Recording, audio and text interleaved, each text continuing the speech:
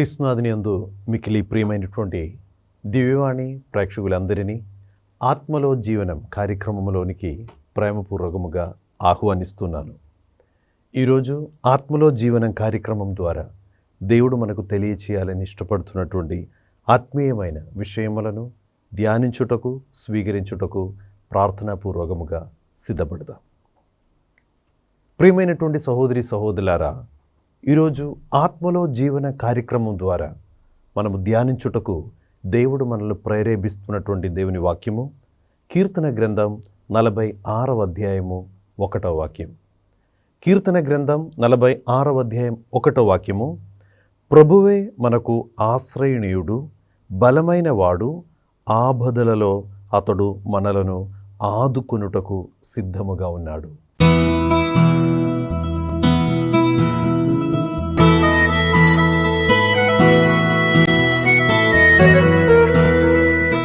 అద్భుతకరమైన శ్రేష్టమైన ఒక వాక్యాన్ని ఈరోజు పవిత్రాత్మదేవుడు మనకు పరిచయం చేస్తున్నాడు.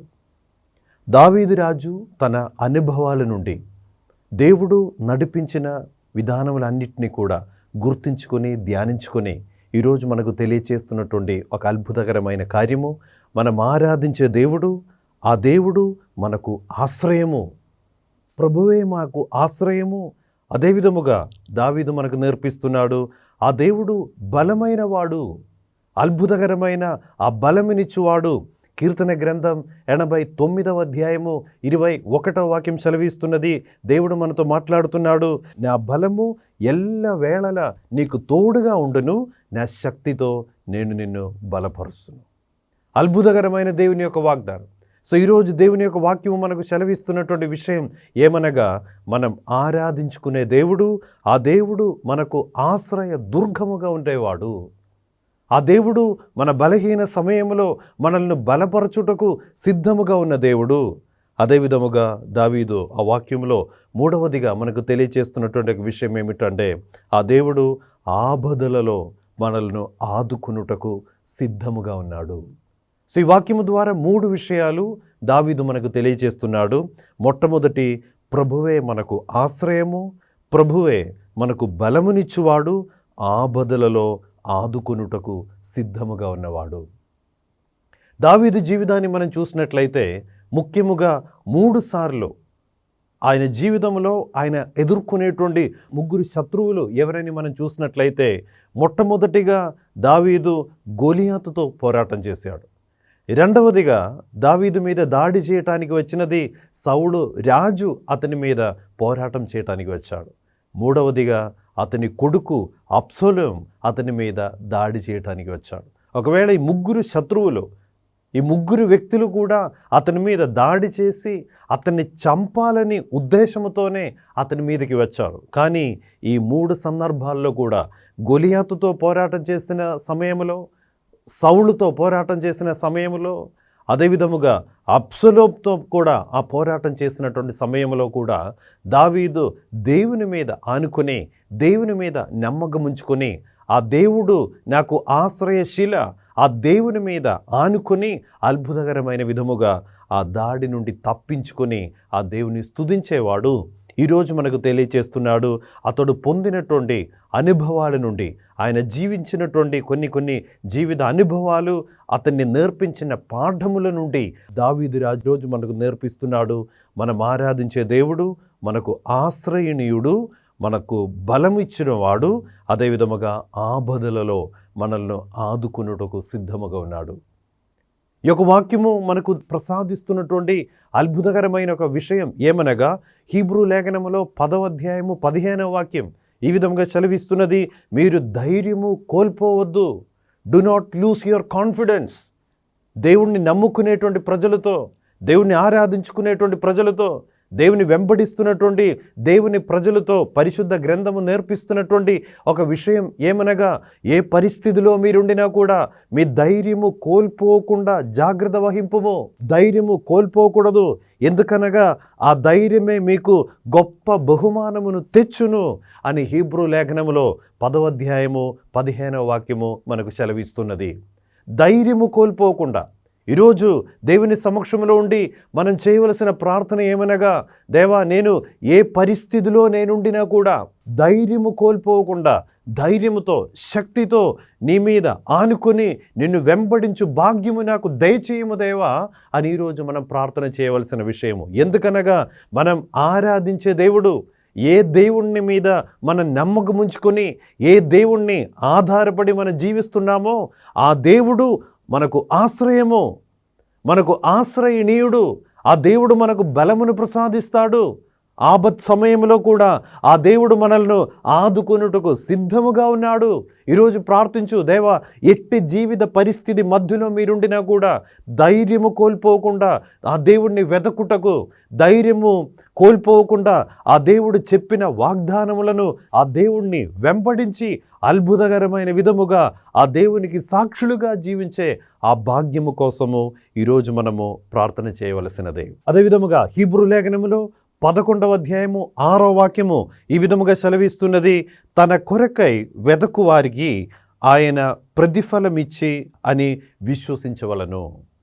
తన కొరకు వెదకు వారిని, తన కొరకు మొరపెట్టు వారిని, ఆ దేవుని మీద నమ్మకముంచుకొని ప్రార్థనతో, విశ్వాసముతో, నిరీక్షణతో ఎవరెవరు ఆ దేవుని వెంబడిస్తుంటారో వారికి ప్రతిఫలమిచ్చి దీవించుటకు ఆ దేవుడు సిద్ధముగా ఉన్నాడు. ప్రియమైనటువంటి సహోదరి సహోదరులారా, మనం విశ్వసించే, ఆరాధించే దేవుడు ఆశ్రయణీయుడు, బలమిచ్చువాడు, అదేవిధముగా ఆపదలలో ఆదుకునుటకు సిద్ధముగా ఉన్నవాడని ఈరోజు మనం నేర్చుకునేటువంటి సందర్భంలో బైబిల్లో ఒక సంఘటన మీతో పంచుకోవాలని ఇష్టపడుతున్నాను. న్యాయాధిపతుల గ్రంథము 15వ అధ్యాయము 18, 19 వాక్యాలు మనం చదివి చూసినట్లయితే అక్కడ ఒక పోరాటము జరుగుతున్నది. అక్కడ పోరాటం చేసిన వాడు సాంసోను అనేటువంటి ఒక సేవకుడు, దేవునిచే ఎన్నుకోబడిన, దేవుని యొక్క అభిషేకంతో నింపబడిన ఒక సాంసోను జీవితంలో జరిగిన ఒక సంఘటన ఆ వాక్య భాగంలో మనం చూస్తున్నాము. ఇక్కడ జరిగినటువంటి ఒక విషయం ఏమనగా, సంసోను లేహి అనేటువంటి ఒక పట్టణంలోనికి వెళ్ళాడు. సాంసోను లేహి అని పట్టణంలోనికి వెళ్ళేటప్పుడు ఆ పట్టణము శత్రువులు నివసించే ఒక పట్టణము. సాంసోను ఆ పట్టణంలో అడుగుపెట్టినప్పుడు అక్కడ సుమారు 3000 మంది అక్కడ శత్రువుల్ని కనబడ్డారు. సో శత్రువులందరూ ఈ యొక్క సంసోన్ని చూసినప్పుడు వాళ్ళు మధ్యలో వాళ్ళు పరస్పరంగా చెప్పినటువంటి విషయం ఏమిటంటే, ఈ సంసోను అందరికీ కూడా హీస్ ఎ థ్రెట్, ఆయన మనకు శత్రువు, ఇతని చేతుల్లో ఏమీ లేదు, అతని చుట్టూ సైన్యము కూడా లేదు. ఈ సమయంలో మనం అతని దగ్గరికి వెళ్ళి అతన్ని చంపుతాం, మరలా మనకు ఏ శత్రువుల మన మీద దాడి చేసే శక్తి ఉన్న వాళ్ళు ఇశ్రాయేల్ ప్రజల మధ్యలో ఎవరు ఉండరు అనేటువంటి మాటలు మాట్లాడి ఆ సంసోను మీదకి దాడి చేయటానికి వచ్చారు.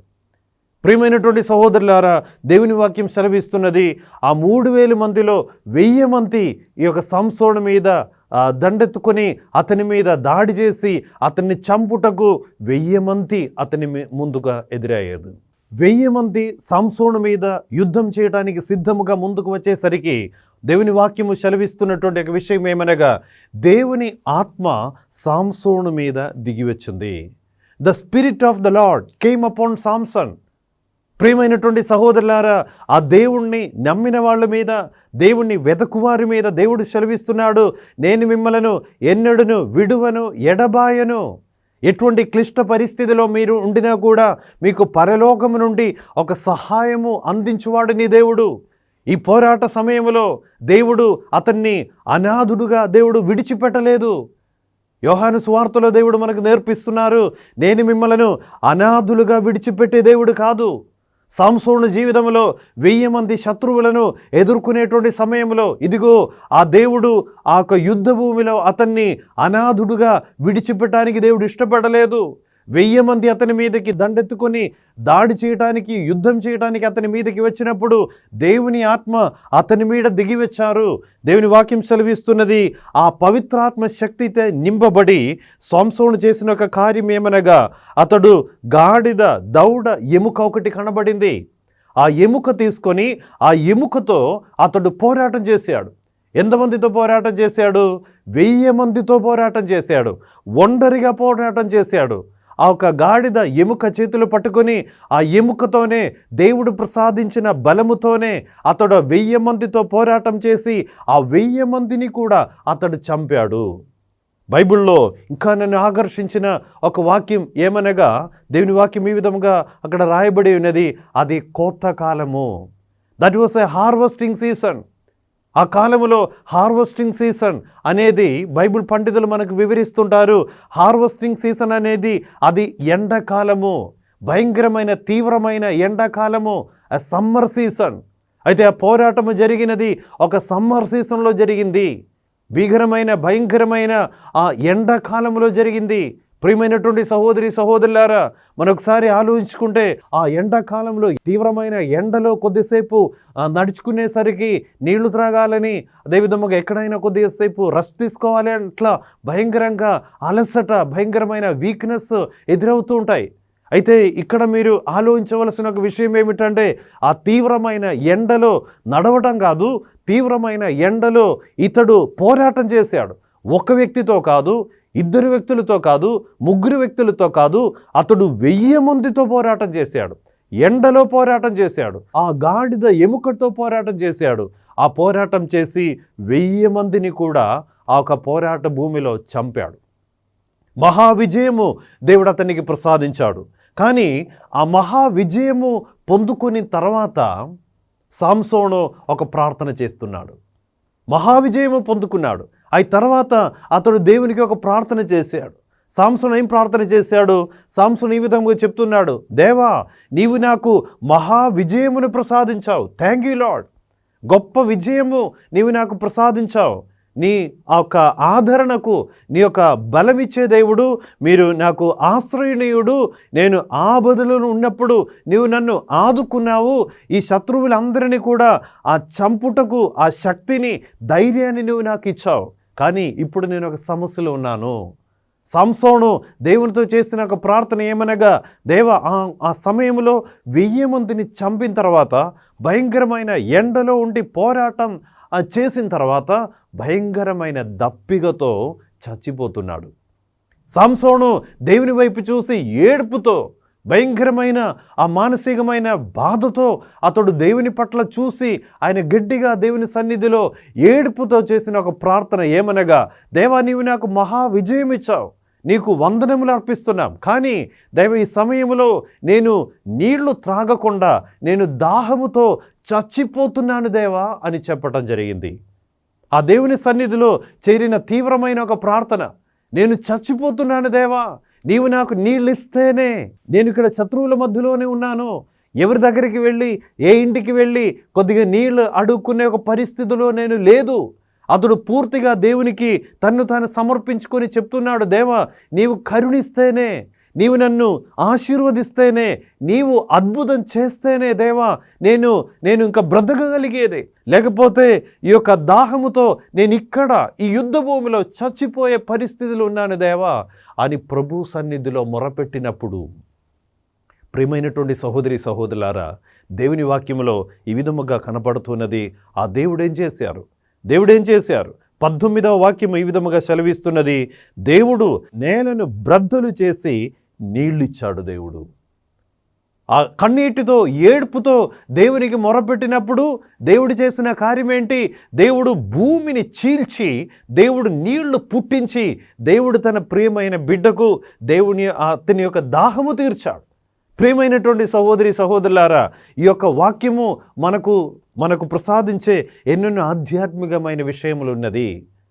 ఆ యొక్క సమయంలో సంసోను జీవితంలో హి ఫెల్ట్ దట్ అతడు నా జీవితము ఈ యొక్క దాహముతో అయిపోతుందని అనుకున్నాడు.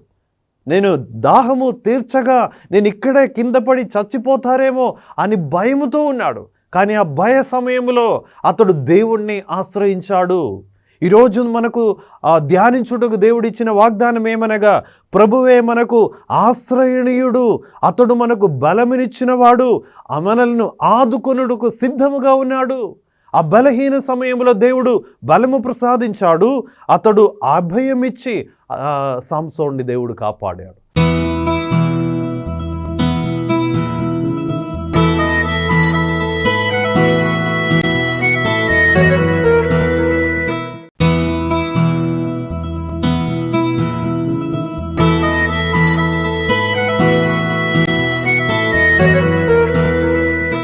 19వ వాక్యములో 3 విషయాలు చాలా మంచిగా మనం ధ్యానించవలసిన 3 విషయాలు అక్కడ కనపడుతున్నది. మొట్టమొదటిది, దేవుడు నేలను బ్రద్దలు చేసి నీళ్ళిచ్చాడు. రెండవదిగా, సంసోను నీళ్లు త్రాగి సేద తీర్చెను. మూడవదిగా, అతనికి మరలా సత్వ కలిగెను.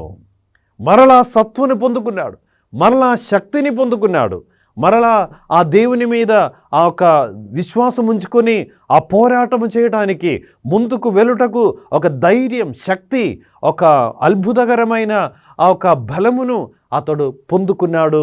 ఆ దేవుడిచ్చిన నీళ్లు త్రాగి అతడు ఆ దాహము తీర్చి మరలా శక్తిని, సత్వను అతడు పొందుకున్నాడు. ప్రియమైనటువంటి సహోదరులారా, ఇక్కడ మనం నేర్చుకోవలసిన ఒక పాఠం ఏమనగా, మన జీవితంలో సంసోను మనకు నేర్పిస్తున్నటువంటి ఒక పాఠం ఏంటంటే, నీ జీవితంలో కొన్ని పరిస్థితులు నీకు అసాధ్యము అట్లా అనిపించే కొన్ని పరిస్థితుల మధ్య నిలిచి నువ్వు ప్రార్థన చేయాలి.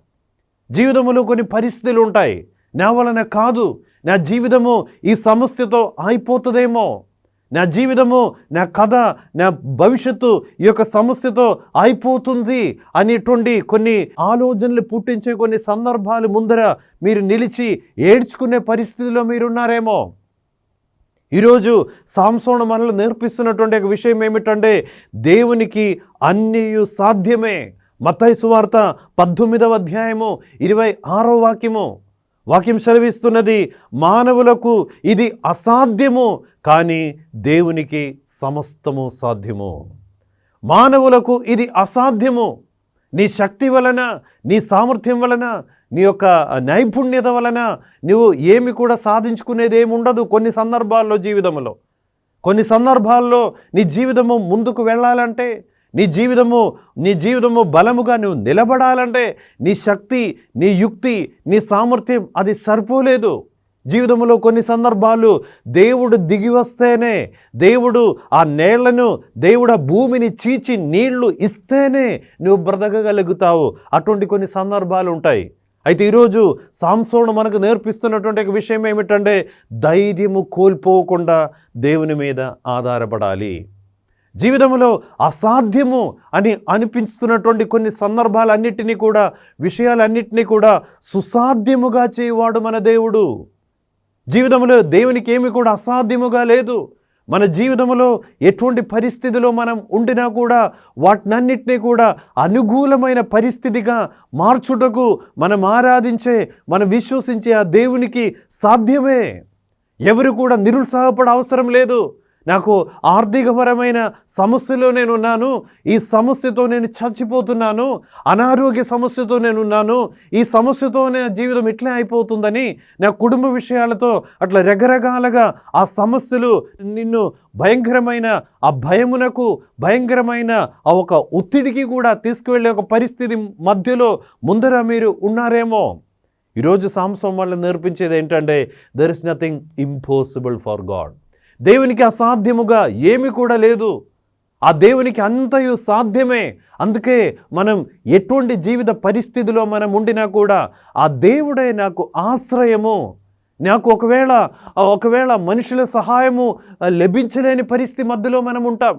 దేవుని వాక్యం సెలవిస్తున్నది, నరుని నమ్ముట కంటే ప్రభువుని ఆశ్రయించుట మేలు. ఆ దాహముతో, దప్పికతో కూడిన సందర్భంలో సంసోను నరుని మీద ఎవరితో చెప్పలేదు, నాకు దాహమగుచున్నదని ఎవరితో చెప్పలేదు. అతడు దేవుని మీద తన విశ్వాసాన్ని ఉంచుకున్నారు. ఆ దేవుడు నాకు ప్రసాదిస్తాడు, ఆ దేవుని మీద ఆశ్రయం ఉంచుకొని, ఆ ప్రభువే నాకు ఆశ్రయణీయుడు అని తెలుసుకొని ఆ ప్రభు వైపు చూసి కన్నీటితో బలమైన తీవ్రమైన ప్రార్థన ఆ ప్రభు సన్నిధిలో సమర్పించారు. ఆ ప్రార్థన అతనికి గొప్ప ఆశీర్వాదకరంగా మారింది. అందుకే ఈరోజు దేవుని యొక్క వాక్యము సమయతుల గ్రంథం 3వ అధ్యాయము 5వ వాక్యం. దేవుని వాక్యం సెలవిస్తున్నది, నీవు మనస్ఫూర్తిగా దేవుణ్ణి నమ్ముము. నీవు మనస్ఫూర్తిగా దేవుణ్ణి నమ్ముము, నీ తెలివితేటల మీద ఆధారపడవద్దు. నీ మనస్ఫూర్తిగా దేవుణ్ణి నమ్ముకోవాలి. ఎటువంటి జీవిత పరిస్థితిలో నీవు ఉండినా కూడా, ఎంత పెద్ద పోరాటం చేస్తున్నటువంటి ఒక జీవిత పరిస్థితిలో నీవు ఉండినా కూడా దేవుని వాక్యం సెలవించేదేమనగా, నీవు మనస్ఫూర్తిగా దేవుణ్ణి నమ్మము, నీ తెలివితేటల మీద ఆధారపడవద్దు. నీ తెలివితేటలే కాదు, ఆ సమయంలో ఎవరు కూడా సహాయం చేసే పరిస్థితిలో లేని ఆ సందర్భంలో సంసోను ఎవరి గురించి కూడా ఆలోచించలేదు. అతని తెలివితేటల మీద ఆయన ఆధారపడలేదు. అతడు ఆలోచన ఒకటి ఏమనగా, నేను దేవునికి ప్రార్థన చేయాలి. నీళ్లు దొరకక నేను ఇక్కడ చచ్చిపోతున్నాను, అది నిజమే. కానీ ఆ దేవుణ్ణి నేను మొరపెట్టి ఆ ప్రార్థన చేస్తుండగా ఆ దేవుడు నాకు సమకూర్చువాడు, ఆ దేవుడు సమకూర్చును. He's my provider. నేను నీళ్లు కోసం మొరపెడుతుండగా ఆ దేవుడు నాకు ఆ నీళ్ళు ఇచ్చి నన్ను తృప్తిపరుస్తాడు, నా దాహము తీర్చువాడు. బైబిల్ మనకు పరిచయం చేస్తున్నటువంటి ఒక దేవుడు యెహోవా ఈరే. హీబ్రూ భాషలో యెహోవా ఈరే అని పదానికి అర్థం దేవుడు సమకూర్చును. ప్రియమైనటువంటి సహోదరి సహోదరులారా, ఈరోజు ఈ యొక్క ఆత్మలో జీవనం కార్యక్రమంలో పాల్గొని ప్రార్థించి ఈ యొక్క వాక్యాన్ని ధ్యానించుకునేటువంటి సందర్భంలో దేవుని ఆత్మ పవిత్ర గ్రంథం అందరిని కూడా హెచ్చరిస్తున్నటువంటి విషయం ఏమనగా, ఎంత క్లిష్ట పరిస్థితి మధ్యలో మీరుండినా, మీరు పరిస్థితుల వైపు చూసేటప్పుడు, వ్యక్తుల వైపు, జీవిత వాతావరణం వైపు మీరు చూసేటప్పుడు ఇది అసాధ్యము అట్లా అనిపించే కొన్ని సందర్భాలు చూసి మీరు భయపడిపోతున్నారేమో, ఇది అసాధ్యము అట్లా అనుకొని మీరు నిరుత్సాహానికి గురి అవుతున్నారేమో, ఇది అసాధ్యము అని అనుకొని మానసికంగా కృంగిపోతున్నటువంటి పరిస్థితుల మధ్యలో మీరున్నారేమో. దేవుని వాక్యం సెలవిస్తున్నది, మానవులకు ఇది అసాధ్యం కావచ్చు. మీకు మీ శక్తి, మీ యుక్తి, నీ సామర్థ్యం, నీ ప్రావీణ్యతను బట్టి ఇది ఒకవేళ నీకు అసాధ్యముగా అనిపిస్తాయి. కానీ నిన్ను చేసిన దేవుడు, సర్వశక్తిమంతుడైన ప్రభువు, ఆ దేవునికి ఏమి కూడా అసాధ్యము లేదని ఈరోజు దేవుని వాక్యం సెలవిస్తున్నది. ఆ దేవుడు మీకు ఎల్లప్పుడూ తోడుగా ఉండును. సంసోను తన జీవిత అనుభవాల నుండి మనకు నేర్పిస్తున్నాడు. అతడు దేవుణ్ణి మొరపెట్టాడు, ఆ దేవుడి నుండి నాకు సహాయం వస్తుందని తెలుసుకుంటున్నాడు. అదేవిధముగా కీర్తన గ్రంథం 121వ అధ్యాయంలో మొదటి వాక్యములో దావీదు ఈ విధముగా ప్రార్థిస్తున్నాడు, నేను కొండల వైపు నేను కన్నులెత్తుచున్నాను, నాకు సహాయము ఎచ్చట నుండి వస్తుంది? నాకు సహాయము ఆకాశం భూమిని సృష్టించిన ప్రభువు నుండి నాకు సహాయము వచ్చును. ఈరోజు ఇక్కడ కూడా ఆ యుద్ధ భూమిలో ఉండి మానవ సహాయము ఏమి కూడా పొందలేని పరిస్థితిలో, జీవితంలో ఆ మరణాన్ని ముఖాముఖిగా దర్శించుకునే సందర్భంలో సంసోను కూడా పరలోక వైపు చూశాడు, ఆకాశం వైపు చూశాడు. చెప్పాడు, దేవా నీవు కరుణిస్తేనే, నువ్వు దీవిస్తేనే, నీవు నీళ్ళు ఇస్తేనే నేను బ్రతకగలను దేవా, లేకపోతే ఈ యొక్క యుద్ధ భూమిలో దప్పికతో దాహముతో నేను చచ్చిపోయే పరిస్థితిలో ఉన్నాను దేవా అని దేవునితో మొరపెట్టాడు. ఆ మొర వినువాడు దేవుడు, ప్రార్థన ఆలగించువాడు దేవుడు. మనం ప్రార్థన చేస్తున్నప్పుడు ఆ ప్రార్థనలకు ప్రత్యుత్తరం ఇచ్చువాడు దేవుడు. ఆ ప్రత్యుత్తరము పొందిన తర్వాత దావీదు కీర్తన గ్రంథము 121వ అధ్యాయము 5వ వాక్యంలో చెప్తున్నటువంటి ఒక మాట ఏమనగా, నీ దేవుడు నిన్ను కాపాడును, ప్రభువు నిన్ను కాపాడును, ఆ ప్రభువు నీకు నీడగా ఉండును, ఆ ప్రభువు నీకు కుడి ప్రక్కన నిలిచి నిన్ను రక్షించును. కావున మన మనసులో ఉండవలసిన ఎల్లప్పుడూ ప్రతిక్షణం ఆ దేవుని మీద విశ్వాసం ఉంచుకొని విశ్వాస యాత్రను, విశ్వాస ప్రయాణాన్ని కొనసాగించుటకు ప్రయత్నిస్తున్నటువంటి మనము మర్చిపోకుండా ఉండవలసిన ఒక విషయం ఏమిటంటే, కొన్ని విషయాలు, కొన్ని కార్యాలు మనకు సాధ్యం కాదు.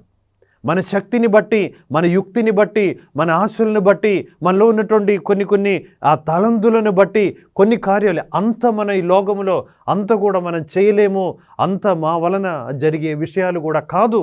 కానీ ఏ దేవుడిని మనం నమ్ముకుంటున్నామో ఆ దేవుని వలన నాకు సమస్తము సాధ్యము అనేటువంటి గొప్ప విశ్వాసముతో మన జీవితాన్ని కొనసాగించుకోవాలని దేవుడు ఈరోజు మనలను ప్రోత్సహిస్తున్నారు. కావున ప్రియమైనటువంటి సహోదరి సహోదరులారా, ఈరోజు యొక్క వాక్యము కీర్తన గ్రంథం 46వ అధ్యాయము 1వ వాక్యము ఈరోజు దేవుడు మనల్ని ప్రేరేపిస్తుండగా ఈ 3 విషయాలు మనం మర్చిపోవద్దు. ఎటువంటి పరిస్థితి మధ్యలో మనం ఉండినా మనం ఆరాధించే దేవుడు, ఆ దేవుడు ఆశ్రయణీయుడు, ఆ దేవుడు మనకు అభయమిచ్చును. ఆ దేవుడు మనకు ఆశ్రయ దుర్గముగా ఉండి మనల్ని కాపాడుతాడు. రెండవదిగా ఆ దేవుడు మనలను బలపరచువాడు, బలమినిచ్చువాడు. బలహీన సమయంలో బలపరచువాడు మనం ఆరాధించుకునే దేవుడు. అదేవిధముగా మూడవదిగా ఈ యొక్క దేవుని వాక్యం మనకు నేర్పిస్తున్నటువంటి విషయం ఏమనగా, మనం ఆరాధించే దేవుడు మనలను ఆదుకొనుటకు, ఆపత్కాలములో ఆపత్ సమయములను మనలను ఆదుకొనుటకు సిద్ధముగా ఉన్న దేవుడు. ఈరోజు దేవుని యొక్క వాక్యము మనలను నేర్పించినట్లుగా ధైర్యము కోల్పోకుండా ఆ దేవుని మీద ఆధారపడుటకు, ఎట్టి జీవిత పరిస్థితి మధ్యలో మనం ఉండినా కూడా నిరుత్సాహపడకుండా, ధైర్యము కోల్పోకుండా ఆ దేవుని వైపు చూస్తూ ధైర్యంతో, బలముతో ముందుకు కొనసాగించుటకు, మన జీవిత ప్రయాణాన్ని ముందుకు కొనసాగించుటకు తగినటువంటి ఆ పరలోక శక్తిని, అభిషేకాన్ని, వివేకమును దేవుడు సమృద్ధిగా మీ అందరికీ కూడా ప్రసాదించాలని మనస్ఫూర్తిగా ప్రార్థిస్తున్నాను. ఈరోజు ఈ యొక్క ఆత్మలో జీవన కార్యక్రమంలో పాల్గొనేటువంటి మిమ్మల్ని అందరినీ ఆ దేవుడు సమృద్ధిగా దీవించి ఆశీర్వదించునుగాక. పిత, పుత్ర, పవిత్రాత్మ నామమున ఆమేన్.